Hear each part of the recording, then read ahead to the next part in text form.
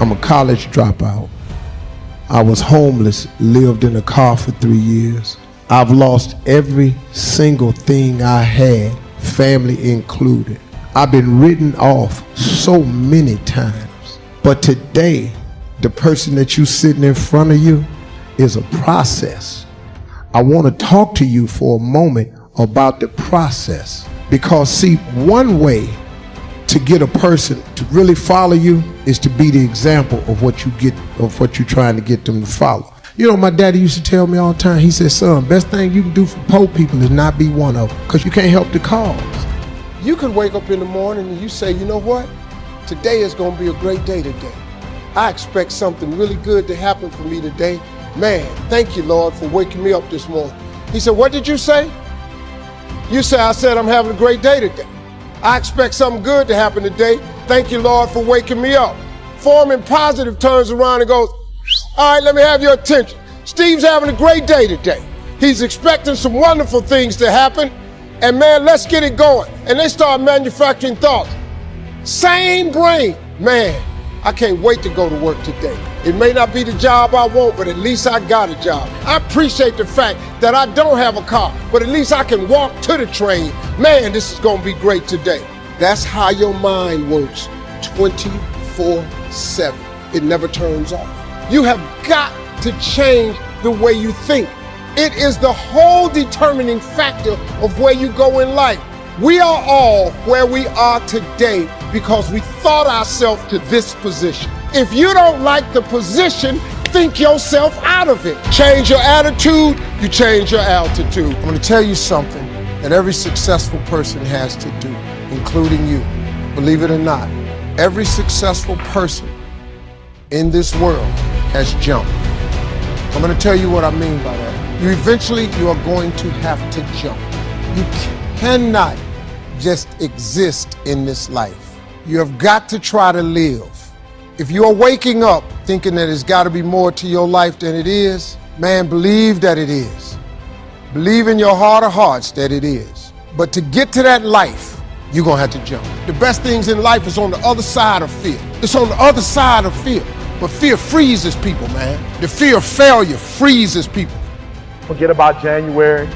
Forget about February. Forget about March. Forget about April. Forget about May. Forget about June. Forget about July. Forget about August. Forget about September. It's over. So forget about the past. Listen to me and make the rest of your life the best of your life. It's your boy E.T. I know you can do it. I believe you can do it. Now go out there, get up, get out, go get some. What is it worth? What is it worth to you? Well, I don't know what your seed is. I don't know what your harvest is going to be when it's fully developed. I don't know if you should abort right now or not. I don't know if you should quit or you should give up, but I'm gonna ask you this, what's the value of your seed? I know my seed, I couldn't give up.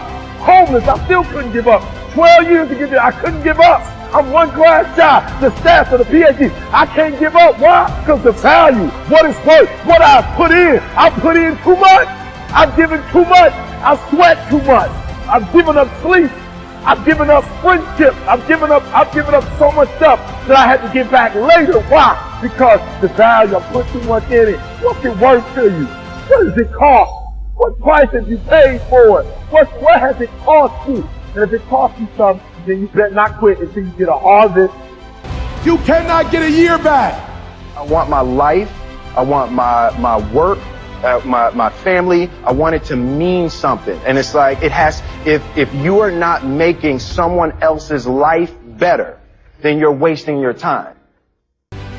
The separation of talent and skill is one of the greatest misunderstood concepts for people who are trying to excel, who have dreams, that want to do things. Talent you have naturally. Skill is only developed by hours and hours and hours of beating on your craft. If you want to be successful in the world, you need something that gives back and nourishes you, regardless of what you call that. You need to fill your cup so that you can be so full your cup runneth over and you have enough to give to other people. If you don't fill your cup, you end up dried up. You end up tired, exhausted, and don't have enough to give to other people. You end up resentful every time somebody asks you because your cup is empty and now they want some of yours. So your number one job is to fill your cup and make yourself whole. Everybody has a different talent. And the reason we're all so messed up is because you're looking at everybody else's talent and wishing you had some of their talent. All the energy that you spend thinking about, wishing about, being jealous of, envious of anybody else is energy that you're not only putting out, it's going to come back to you negatively, but you're taking that away from you. All your energy should be forced on, what do I have to offer? What do I have to give? How can I be used in service? Because Dr. King's message of not everybody can be famous, but everybody can be great, because greatness is determined by service. And there is not a job in here that you can do that you don't switch the paradigm to service and not make that job more fulfilling. I don't care what the job is. If you say, I'm a singer, I'm a dancer, I'm an artist, I'm a teacher, I'm a nurse, I'm a doctor, I'm a janitor, I'm a clerk, if you say, if I look at this from how do I use this in service to something bigger than myself? It no longer becomes a job. It becomes an offering to the world.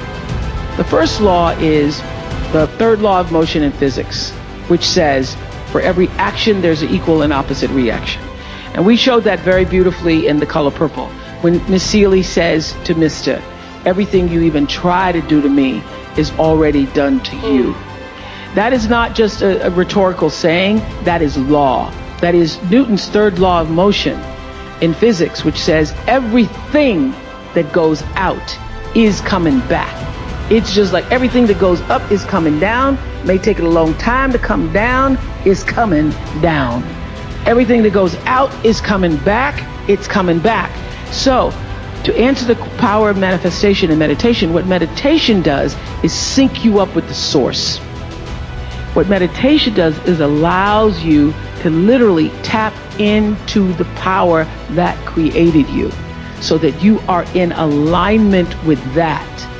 And so when you carry that out into the world, everything that you do comes from the center of that alignment that's coming from the source that we call God, we call divine energy, divine intelligence, whatever name you want to give it, we call life. When you are synced up with life, life just gives to you.